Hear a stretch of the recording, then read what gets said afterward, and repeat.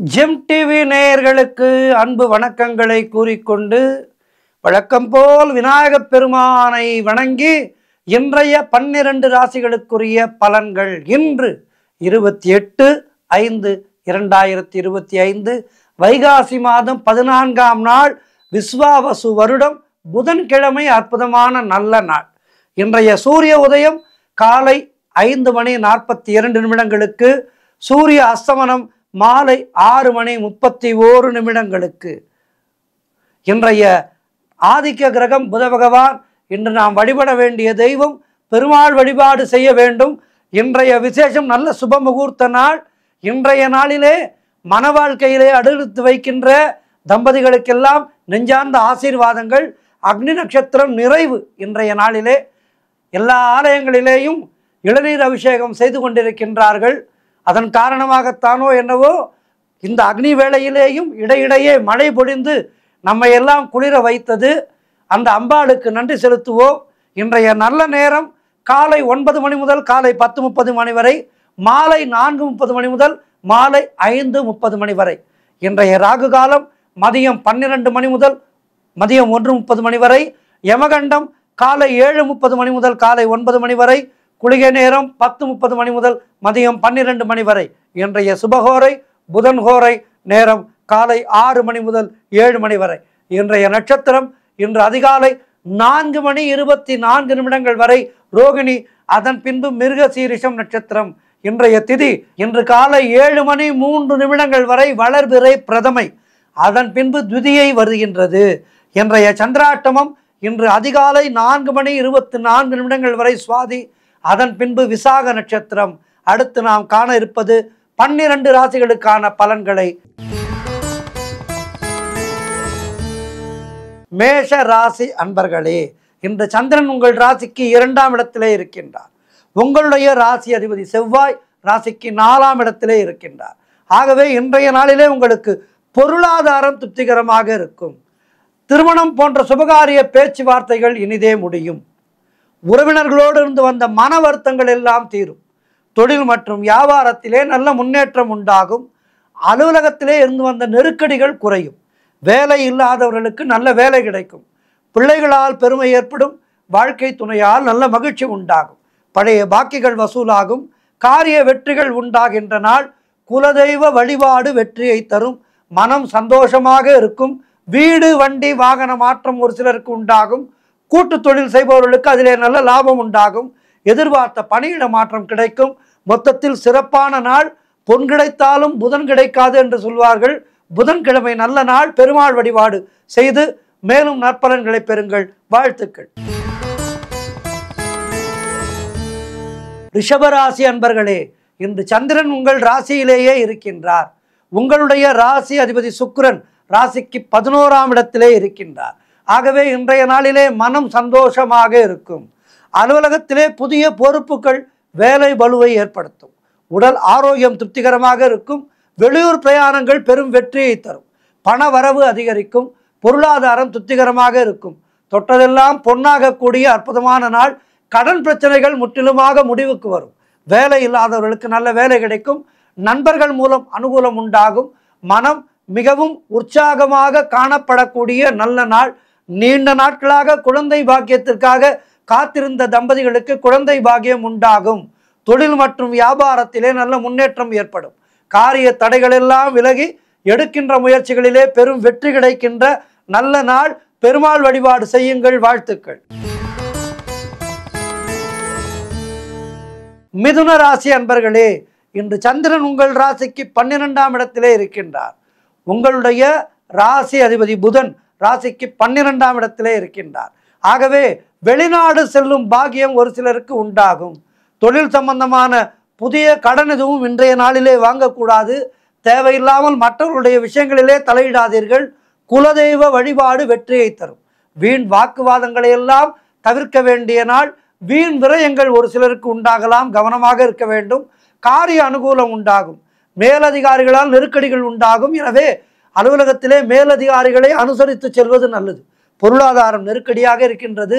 நண்பர்கள் மூலம் அனுகூலம் உண்டாகும். உத்தியோக உயர்வும் பணியிட மாற்றமும் கிடைக்கும். உடல் ஆரோக்கியத்திலே மிகுந்த எச்சரிக்கையாக இருக்க வேண்டும். சுப செலவுகள் உண்டாகும். அலுவலகத்திலே வேலை பளு அதிகமாக இருக்கும். மொத்தத்தில் இன்றைய நாள் கவனமாக இருக்க வேண்டிய நாள். பெருமாள் வழிபாடு செய்யுங்கள். வாழ்த்துக்கள். கடக ராசி அன்பர்களே, இன்று சந்திரன் உங்கள் ராசிக்கு 11ஆம் இடத்திலே இருக்கின்றார். ஆகவே நண்பர்கள் மூலம் அனுகூலம் உண்டாகும். எதிர்பார்த்த பணம் கைக்கு வரும். பொருளாதாரத்திலே நல்ல வளர்ச்சி உண்டாகும். காரிய தடைகள் எல்லாம் விலகும். உடல் ஆரோக்கியத்திலே நல்ல முன்னேற்றம் உண்டாகும். வீடு வண்டி வாகன மாற்றம் ஏற்படும். குழந்தைகளால் பெருமை ஏற்படும். எடுக்கின்ற முயற்சிகளிலே பெரும் வெற்றி கிடைக்கும். குடும்ப ஒற்றுமை சந்தோஷத்தை தரும். சுப காரியங்கள் நடக்கக்கூடிய நல்ல நாள். தொழிலிலே நல்ல முன்னேற்றம் ஏற்படும். புதிய வேலை வாய்ப்புகள் ஒரு சிலருக்கு ஏற்படும். உழைப்புக்கு ஏற்ற ஊதியம் கிடைக்கும். வேலை இல்லாதவர்களுக்கு நல்ல வேலை கிடைக்கும். மொத்தத்தில் இன்றைய நாள் மிக சிறப்பான நாள், நல்ல நாள். பெருமாள் வழிபாடு செய்து மேலும் நற்பலன்களை பெறுங்கள். வாழ்த்துக்கள். சிம்ம ராசி அன்பர்களே, இன்று சந்திரன் உங்கள் ராசிக்கு 10ஆம் இடத்திலே இருக்கின்றார். உங்களுடைய ராசி அதிபதி சூரியன் ராசிக்கு 10ஆம் இடத்திலே இருக்கின்றார். ஆகவே இன்றைய நாளிலே தொழிலிலே நல்ல முன்னேற்றம் ஏற்படும். தாய் வழி சொந்தங்களின் உதவிகள் எல்லாம் கிடைக்கும். கணவன் மனைவிடையே நல்ல ஒற்றுமை ஏற்படும். உங்களுடைய முயற்சிகள் அனைத்தும் வெற்றியை பெறக்கூடிய அற்புதமான நாள். மனக்குழப்பங்கள் எல்லாம் தீரும்.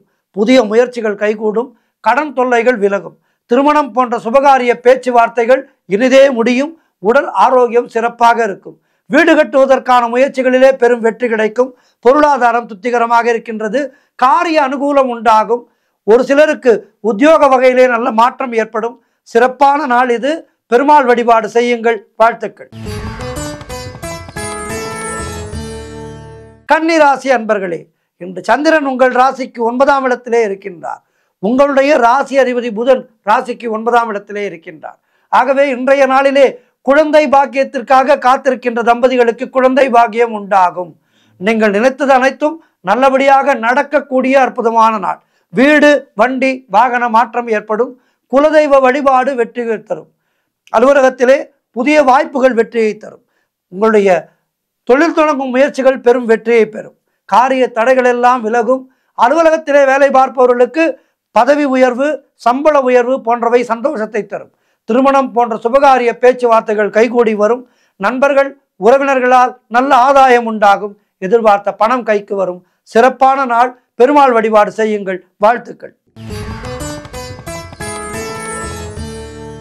துலாம் ராசி அன்பர்களே, இன்று சந்திரன் உங்கள் ராசிக்கு 8ஆம் இடத்திலே இருக்கின்றார்.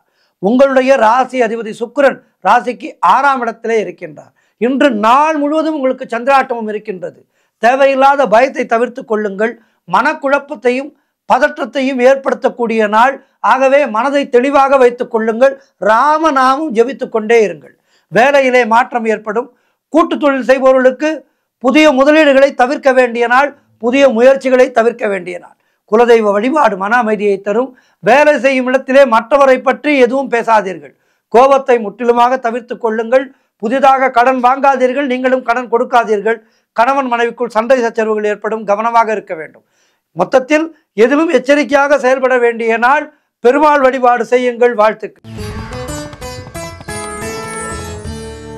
விருச்சிக ராசி அன்பர்களே, இன்று சந்திரன் உங்கள் ராசிக்கு 7ஆம் இடத்திலே இருக்கின்றார்.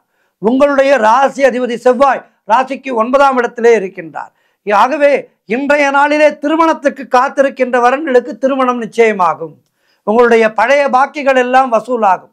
காரிய வெற்றிகள் உண்டாகின்ற நாள். பூர்வீக சொத்திலே இருந்து வந்த பிரச்சனைகள் எல்லாம் விலகும். கூட்டு தொழிலிலே நல்ல லாபம் ஏற்படுகின்ற நாள். உறவினர்களோடு இருந்து வந்த மன வருத்தங்கள் தீரும். அலுவலகத்திலே இருந்து வந்த நெருக்கடிகள் குறையும். கடன் பிரச்சனைகள் தீரும். உங்களுடைய முயற்சிகள் பெரும் வெற்றியை பெறும். பொருளாதாரம் திருப்திகரமாக இருக்கும். பிள்ளைகளால் பெருமை ஏற்படும். வாழ்க்கை துறையால் மகிழ்ச்சி உண்டாகும். நண்பர்கள் மூலம் அனுகூலம் உண்டாகும். வீடு வண்டி வாகன மாற்றம் ஏற்படும். மொத்தத்தில் இன்றைய நாள் சிறப்பான நாள். பெருமாள் வழிபாடு செய்யுங்கள். வாழ்த்துக்கள். தனுசு ராசி அன்பர்களே, இன்று சந்திரன் உங்கள் ராசிக்கு 6ஆம் இடத்திலே இருக்கின்றார். உங்களுடைய ராசி அதிபதி குரு ராசிக்கு 7ஆம் இடத்திலே இருக்கின்றார். ஆகவே இன்றைய நாளிலே ஒரு சிலருக்கு வேலை மாற்றம் உண்டாகலாம். தொழில் மற்றும் வேலை மாற்றம் உண்டாகலாம். உடல் ஆரோக்கியத்திலே மிகுந்த கவனம் தேவை. தேவையில்லாமல் மற்றவர்களுடைய விஷயங்களிலே தலையிடாதீர்கள். மேலதிகாரிகளால் நெருக்கடிகள் உண்டாகும். குலதெய்வ வழிபாடு வெற்றியை தரும். வீண் வாக்குவாதங்களை எல்லாம் தவிர்க்க வேண்டிய நாள். செய்கின்ற செயலிலே மிகுந்த கவனம் தேவை. பொருளாதாரம் நெருக்கடியாக இருக்கின்றது. தொழிலிலே புதிய முதலீடுகளை தவிர்க்க வேண்டிய நாள். புதிதாக கடன் வாங்காதீர்கள். கணவன் மனைவிக்குள் சண்டை சச்சரவுகள் வந்து செல்லும். ஆகவே கவனமாக இருங்கள். பெருமாள் வழிபாடு செய்யுங்கள். வாழ்த்துக்கள்.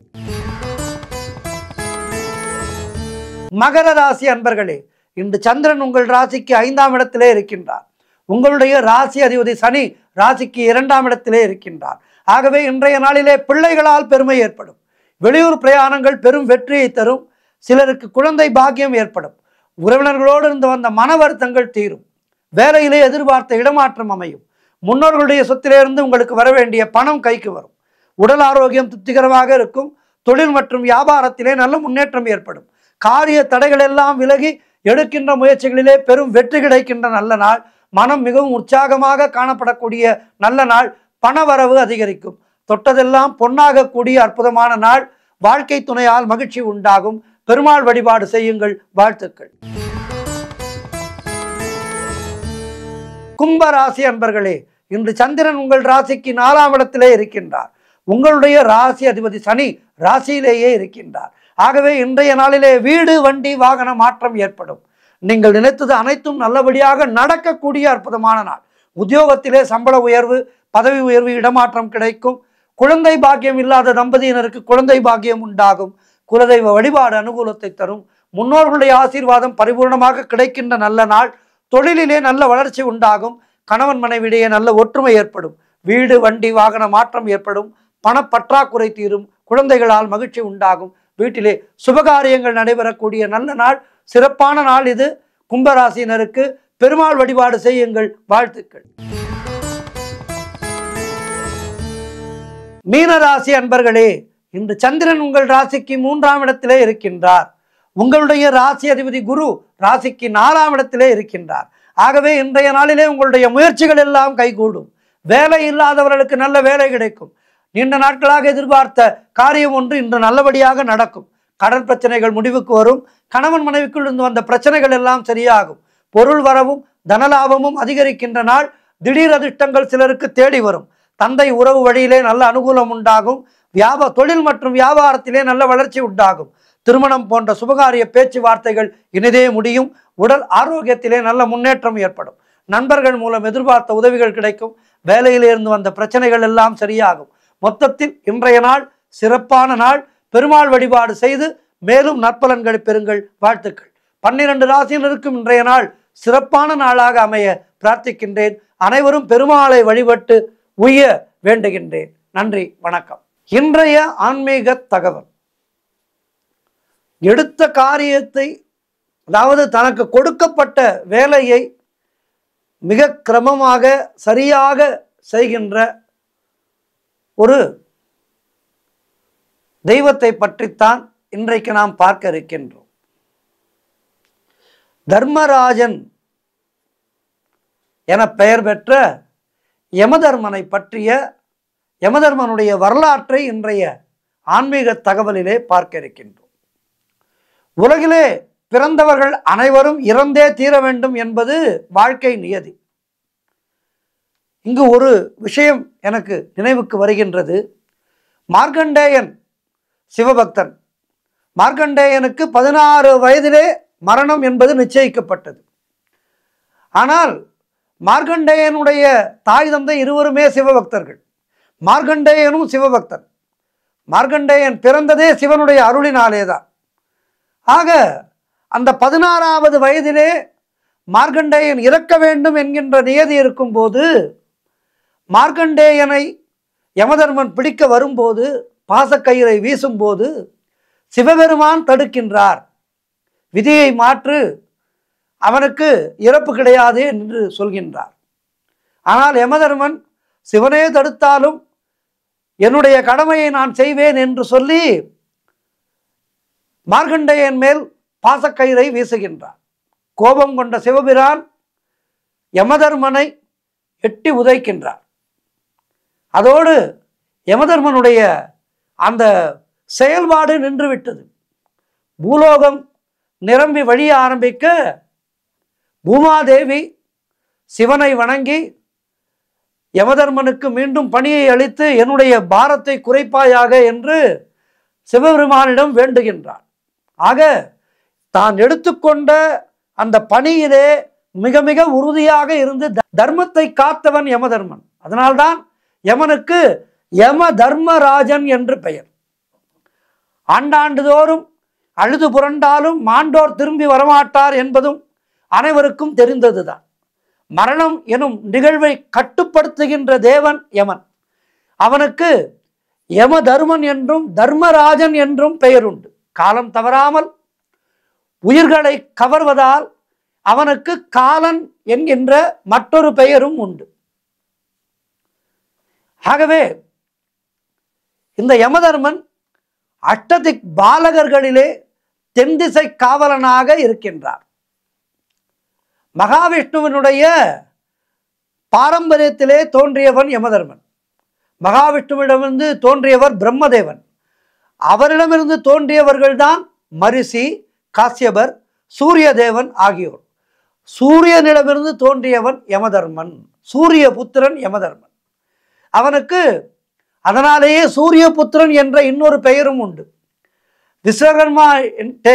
விஸ்வகர்மா என்கின்ற தேவலோக சிற்பியின் மகள் சஞ்ஞாதேவி சம்ஜனா, இவளை சூரிய தேவன் மணந்து கொண்டார். அவர்களுக்கு மனு, யமன் என 2 புத்திரர்களும் யமி என்று ஒரு மகளும் தோன்றினர். சூரியனுடைய கடும் வெப்பத்தை தாங்க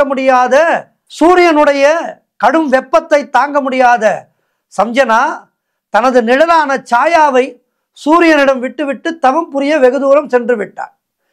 சாயாவையே சம்ஜனா என எண்ணிக்கொண்டிருந்த சூரிய தேவனுக்கு அவள் மூலம் 3 குழந்தைகள் பிறந்தார்கள்.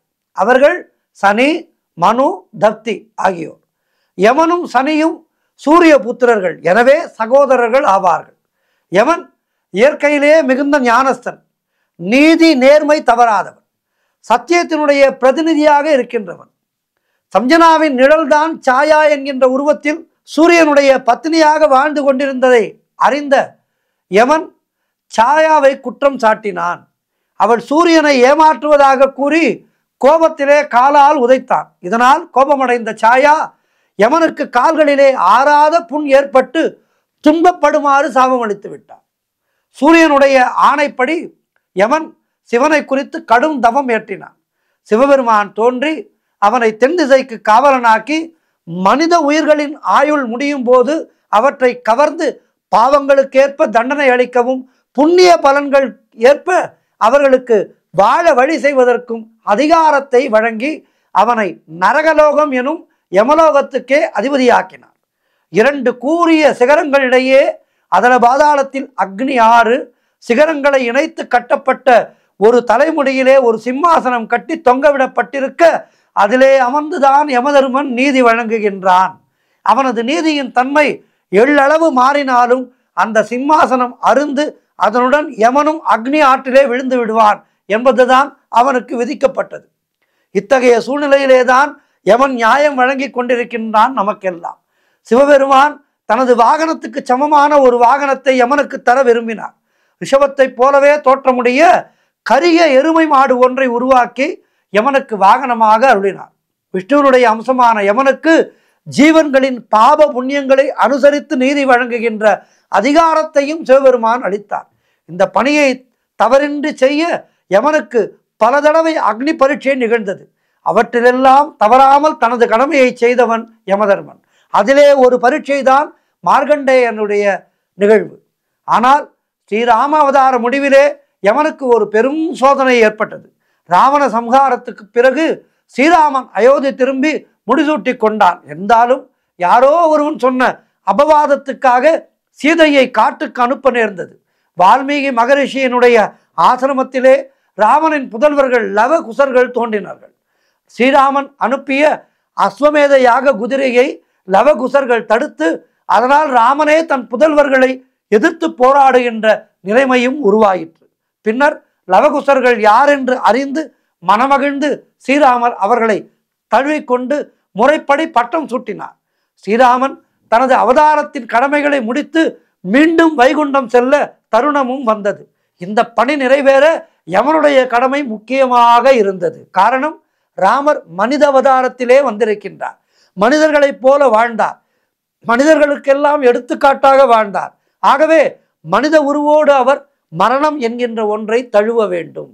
மகாவிஷ்ணுடைய சக்தியை ஸ்ரீராமனின் ஸ்தூல சரீரத்திலிருந்து எடுத்து மீண்டும் வைகுண்டம் சேர்க்க வேண்டியது யமதர்மனுடைய கடமையானது. அப்போது யமதர்மன் பிரம்மதேவனை வேண்டினான். பிரம்மன் தோன்றி இதற்கான வழிமுறையை அவனுக்கு எடுத்துரைத்தார். அதன்படி யமதர்மன் அதிபலா மகரிஷியின் சீடன் போல வடிவெடுத்து அயோத்திக்கு வந்தான். அங்கே ஸ்ரீராமனை சந்தித்தவன் தான் ராமனுடன் தனியாக சில தேவ ரகசியங்கள் பற்றி பேசவிருப்பதால் யாரும் தங்கள் அறைக்குள் வரக்கூடாது என நிபந்தனை விதித்தான்.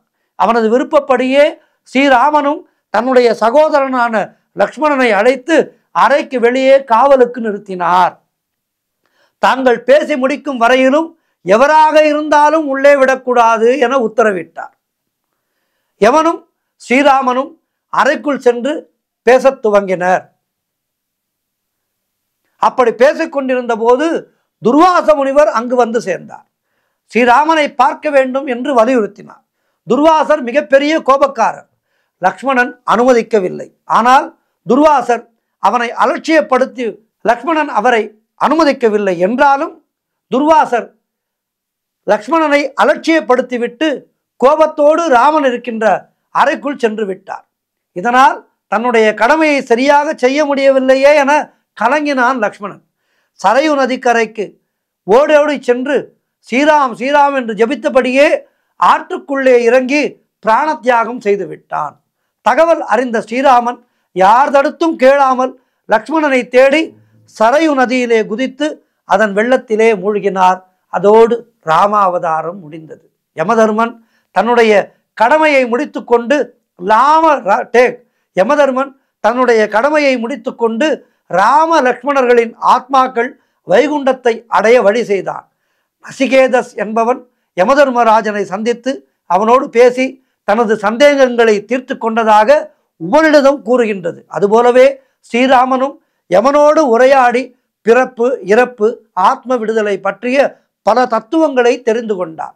அடுத்ததாக விஷ்ணுவின் கிருஷ்ண அவதாரத்திலே வேதங்கள், உபநிடதங்கள், சாஸ்திரங்கள் ஆகிய அனைத்து தத்துவங்களையும் அனைவருக்கும் கண்ணன் உபதேசமாக வழங்குவதற்கு ராமாவதாரத்திலே யமதர்மராஜனோடு உரையாடிய சம்பவம் உதவியிருக்கலாம் என பெரியோர் சொல்கின்றார்கள். அவதார புருஷர்களுக்கே உபதேசம் செய்யும் அளவுக்கு ஞானம் பெற்றவன் யமதர்மன். இதற்கான வரலாறும் இருக்கின்றது. ஆகவே யமதர்மன் என்பது ஏதோ சாதாரணமான ஒரு தேவன் அல்ல. யமதர்மன் சிவபெருமான் அவர்களால் ஆசீர்வதிக்கப்பட்டவன், பெருமாளால் ஆசீர்வதிக்கப்பட்டவன். ஆகவே யமதர்மனை யமன் யமன் என்று நாம் ஏளனம் செய்யாமல் யமதர்மனை வணங்குவோம். யமதர்மனுடைய அருளாலே நம்முடைய இந்த வாழ்வு முடிந்து அடுத்த வாழ்வு, நம்முடைய பரலோக வாழ்வு துவங்கும் போது யமதர்மனுடைய அருளாலே நம்முடைய பூமியிலே இந்த வாழ்வு முடிந்து நாம் நல்லபடியாக மேலுலகத்துக்கு கரை சேர்வதற்கு யமதர்மனுடைய ஆசிகள் நமக்கு வேண்டும். ஆகவே பிரார்த்தித்து கொண்டு விடைபெறுகின்றேன். நன்றி, வணக்கம்.